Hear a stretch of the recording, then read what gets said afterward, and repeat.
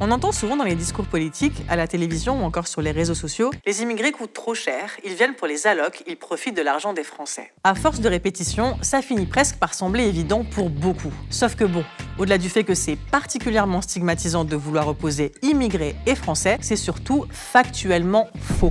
En France, selon le CDE, les immigrés perçoivent en moyenne moins d'argent public que les natifs. Concrètement, pour 1 euro d'aide publique reçue par un natif, un immigré ne touche en moyenne que 94 centimes d'euros. 6 centimes de moins donc. Ok.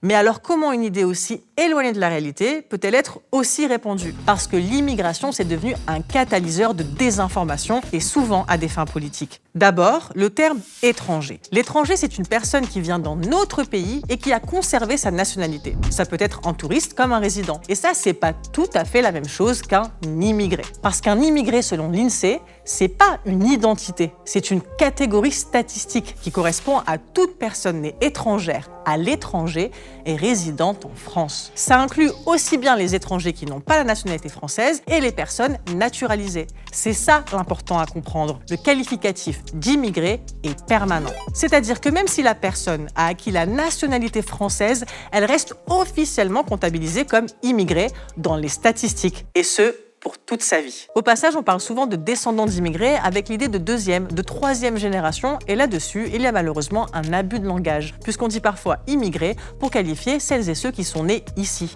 Une étiquette qui ne disparaît donc jamais.